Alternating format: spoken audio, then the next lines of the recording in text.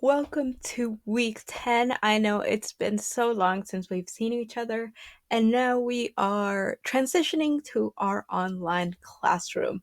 Now, last time we left off, we were in the neoclassical, and we missed continuing our conversation about the neoclassical, especially in terms of talking about the United States and its use of the neoclassical. And so I will be coming back to that later in the unit if possible.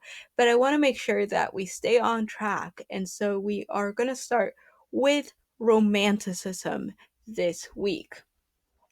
Now, there is a lot to be said about Romanticism. We'll be talking about painting, we'll be going throughout Europe, we'll be looking at the pre Raphaelites, but I also want to see what's happening during this time period in terms of architecture. All right. So let's start with the word romantic because I think this can be very confusing. Neoclassical is pretty straightforward, new classical style, but romantic has a lot of different connotations.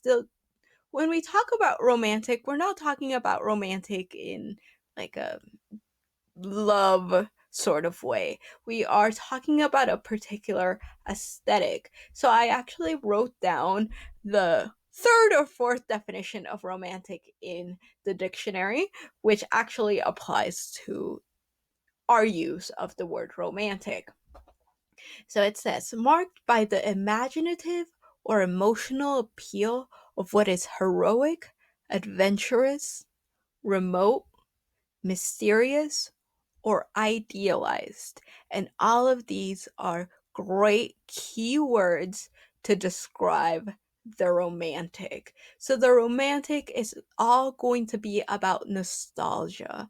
Nostalgia for a time period where the Industrial Revolution hadn't taken hold, right? A simpler time. We'll see a lot of images of a romanticized Middle Ages, right? A longing for a time period that never existed, right? So we're going to see a lot of heroic figures, a lot of nature, right?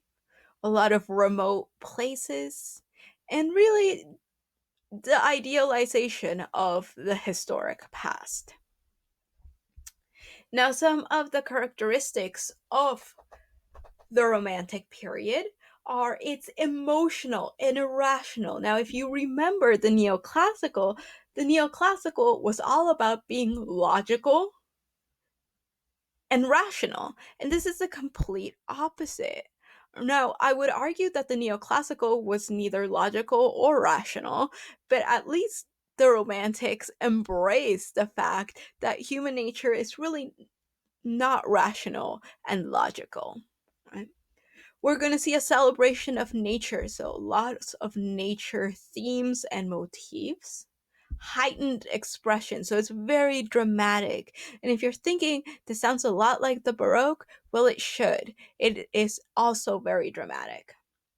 And again, it's going to long for a distant past.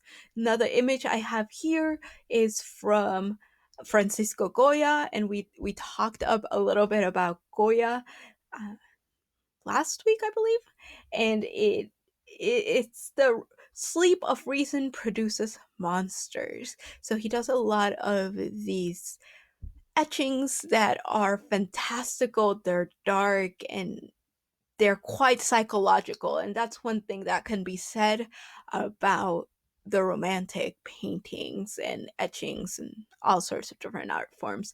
They are deeply psychological.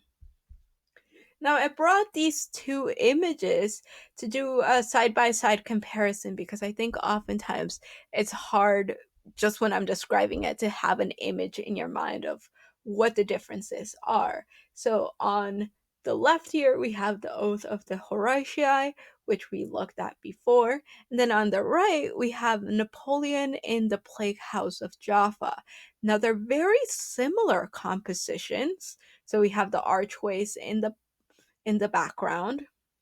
But you can see everything from the color palette being much warmer in the romantic painting, right? It looks almost yellowish. That's what we term a warm color palette.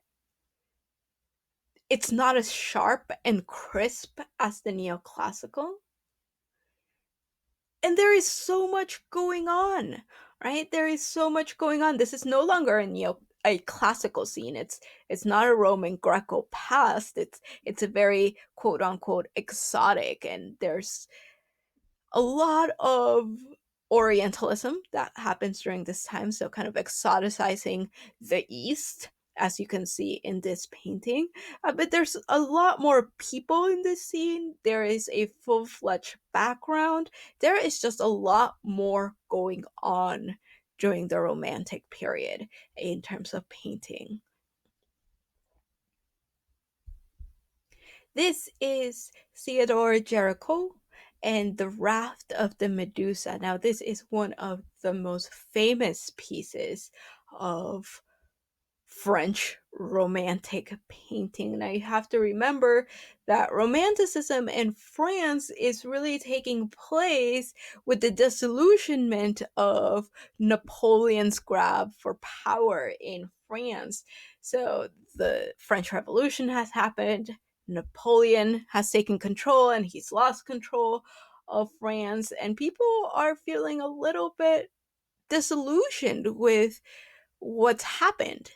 And now this is a scene from a very famous story of the time in which a incompetent captain manages to crash the ship where all of these men are on, and all that's left is this raft, and these men are on this raft for a very long time. They have to resort to cannibalism, and you can see them in this very dramatic scene as they are trying to get the attention of passing ships, and you can see the dismembered bodies around them. All the scenes are incredibly dramatic. It's a very warm composition. It's very dark, and I'm not quite sure yet, but I might have you watch in the next assignment a short clip of this painting. This is another by Delacroix, Liberty Leading the People. So again, you see kind of the drama behind it. You can also see in terms of technical aspects, it's much more almost blurry, and it's not necessarily the quality of this image. The painting itself is a lot blurrier in style, right? It's a lot looser brushstrokes. You can start seeing the brushstrokes here in a way that you couldn't in the neoclassical. Now, if we go up north to Germany, we also have a lot of romantic painters, and perhaps the most famous of whom is Caspar David Friedrich. And this is The Wanderer Above the Sea of Fog. So I just want you to take a moment to look at this piece and really think about what it makes you feel.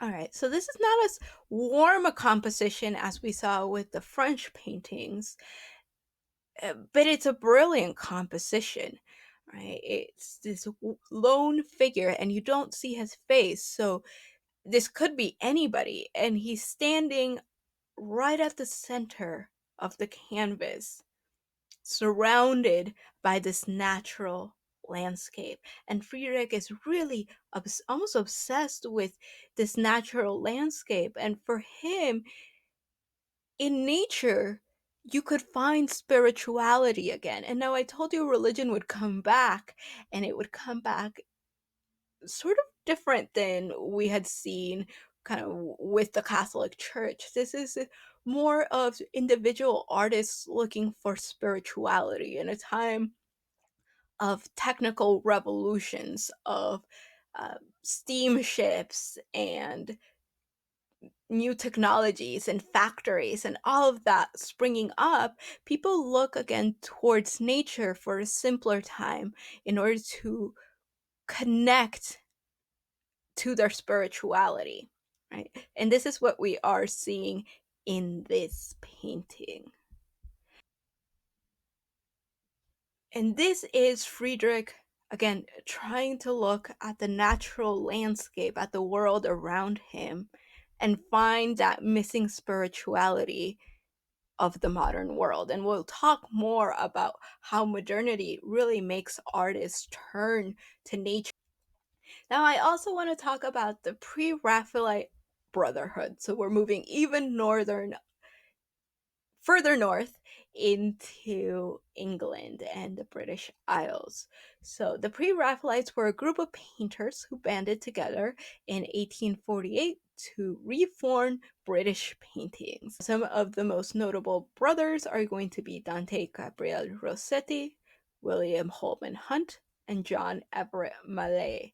Now, as a side note, there were also women who were part of this group, but they were never technically included in the Brotherhood. But many of the women that you see as models were actually also accomplished painters.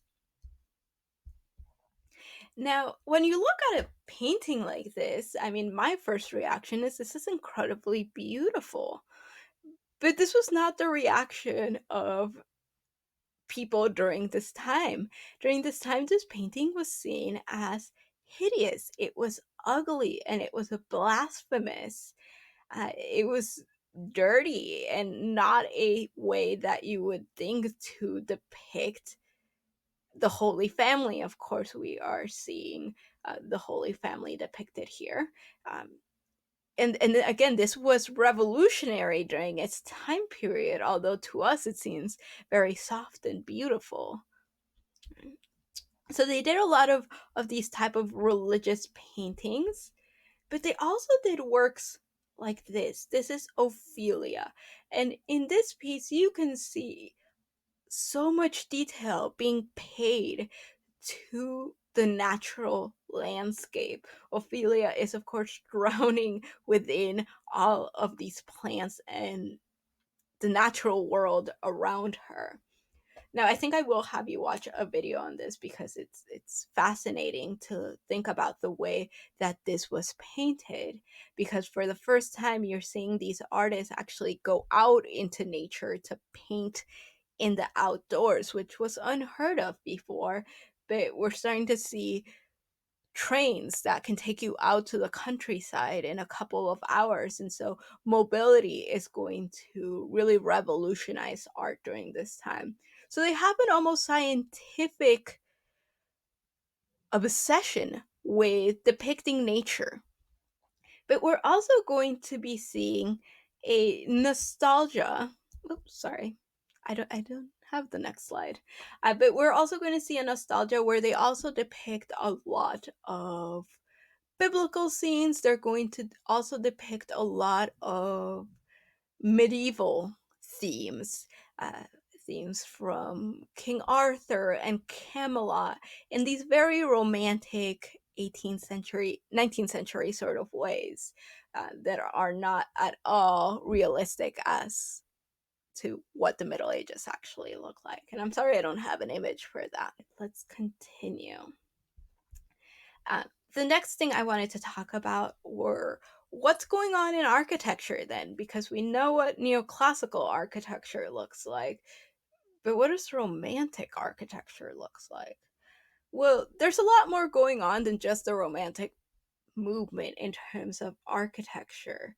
There is a pressure on architecture to create buildings that had never existed before. Things like railway stations, galleries, hospitals, museums. Now, hospitals had existed, they were usually attached to churches and that sort of thing, but like full fledged public hospitals had never existed in this way. We're going to see the scale of building activity was at its greatest because of rapid urbanization. So there's a lot of construction happening, large buildings, buildings that have never existed before. And we're going to see that industrialization was rapidly developing new building materials. And of course, we have the very famous Eiffel Tower here. Now, hopefully, I have another slide of that. Otherwise, I'll come back. So here we have the Bibliothèque Sainte Geneviève in Paris, and you can see how it is using cast iron in the roof there. And that, of course, allows for a much larger interior space without having to use posts and lintel construction. And we also have the interior of the Crystal Palace. Now, the Crystal Palace no longer exists, but this was a huge building built out of cast iron and glass. Right? And these were all to kind of show off the technical and engineering advancements of the time. Oh, here's my Eiffel Tower slide. So the Eiffel Tower was created for the 1889 World's Fair, and this was created by Eiffel, who of course also created our Statue of Liberty. And his goal was just to show off what the material could do. So imagine I give you a material and I say, show me kind of what you can build with it. And that's really what the Eiffel Tower is all about. And when it was first built, people thought it was hideous. And it was really meant to be temporary. But as time went by, during the construction and after the fair, people became attached to it. And so they actually had to reconstruct it in order to make it permanent. And it's still here today, and it is one of the most iconic buildings of France. But it was really just an experiment in seeing what the new materials could do. Now, what we're going to see also is kind of a pushback against all of these new materials and this new form of construction. And this is a very romantic ideal as well. And the biggest one is going to be the Gothic revival, especially in Northern Europe. So, again, this is a longing for the medieval past, right? The Gothic past. It's going to be tied to national identity. Okay? So, England is not going to be as wanting to take up the classical style or the neoclassical style, but they do have a Gothic past, and so they're going to connect to that Gothic past. And again, we're going to see architects talk about this connection to spirituality, which was incredibly important during the Gothic period. And so by creating these new Gothic cities, you could connect again and become as spiritual as people were during the Gothic times. Now, again, this is all romanticized. And as we can see in this sketch here, this is an idea of creating a whole new Gothic, what we call it today, the Neo Gothic Britain. Now, what's interesting is if you're ever confused as to if something is Gothic, so if it's medieval or it is Neo Gothic, if it's really big, if it looks really nice, it's probably Neo Gothic because the Gothic was built all out of stone or brick. Buildings were very tall, but they are nowhere near the scale of the Neo Gothic. And that is because the Neo Gothic is only, again, a couple hundred years old as opposed to, 600 years old. And all of this is steel and iron construction, right? So this is steel and iron, and it is then just covered up with bricks or stones to look like it is medieval. And one of the most famous neo Gothic buildings, of course, is the Houses of Parliament. The Houses of Parliament burned down during this time period, and they are reimagined in this neo Gothic style. You can see inside. Everything looks very much as if it was medieval, but it's too tall. It's in too good of a condition to be medieval, right? So it's a romanticized medieval past that they're trying to reconstruct here. Another really great example is, I'm going to say this wrong, Neuschwanstein Castle in Germany. It's in Bavaria. If you just put like Disney Castle in Bavaria in Google, it'll show up. And this, of course, was one of the castles that influenced the Disney castle, but it is again a steel and iron construction. I love showing this image to students when I have a class in person and asking them, when do you think that this building was constructed? And a lot of them think it's medieval or even from the 15th or 16th century, but it was built in the 1800s, right? The 19th century.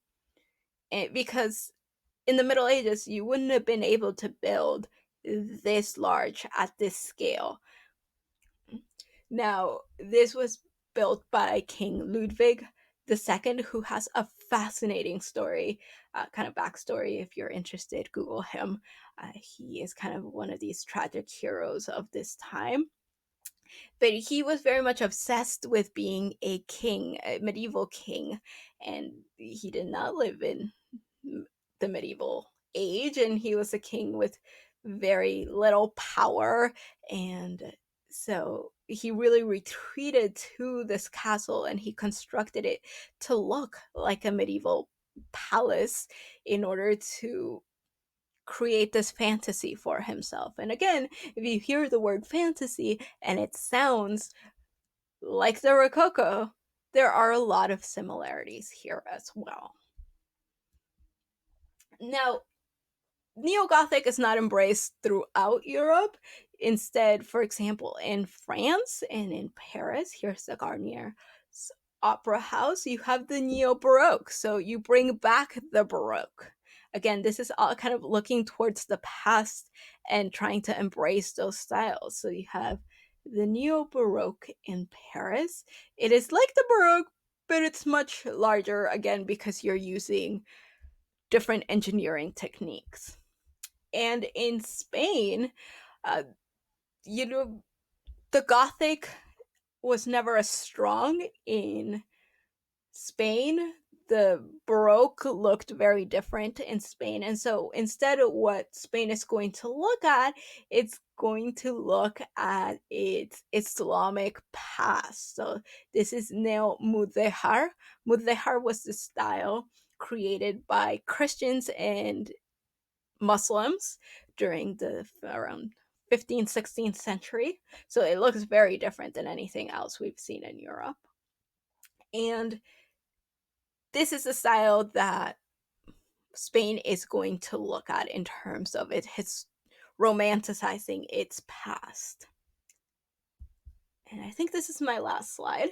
It is what's going on in the United States, right? Because we talked, well, we didn't talk because I didn't get the chance to see you, but in the United States, the architectural style that is going to be embraced by the state is going to be the neoclassical.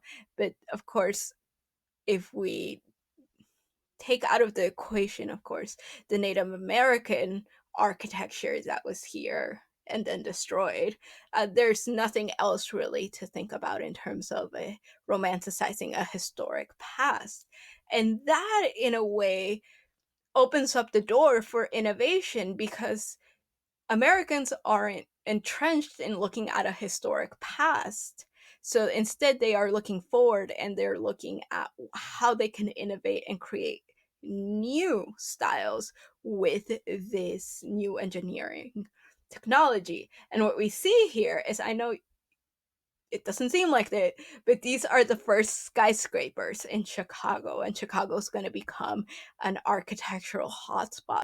This is going to be the way that architecture is going to develop in the following weeks. The Romantic movement is slowly going to give way to modernism, as we'll see. And we'll see a lot more in the vein of this type of construction in architecture. Now, I think this is where I'm going to leave off for the week. Next week, we'll be talking about, I believe, realism, but let me get back to you. And I hope you all have a good spring break, and I will see you either online or in person the following week.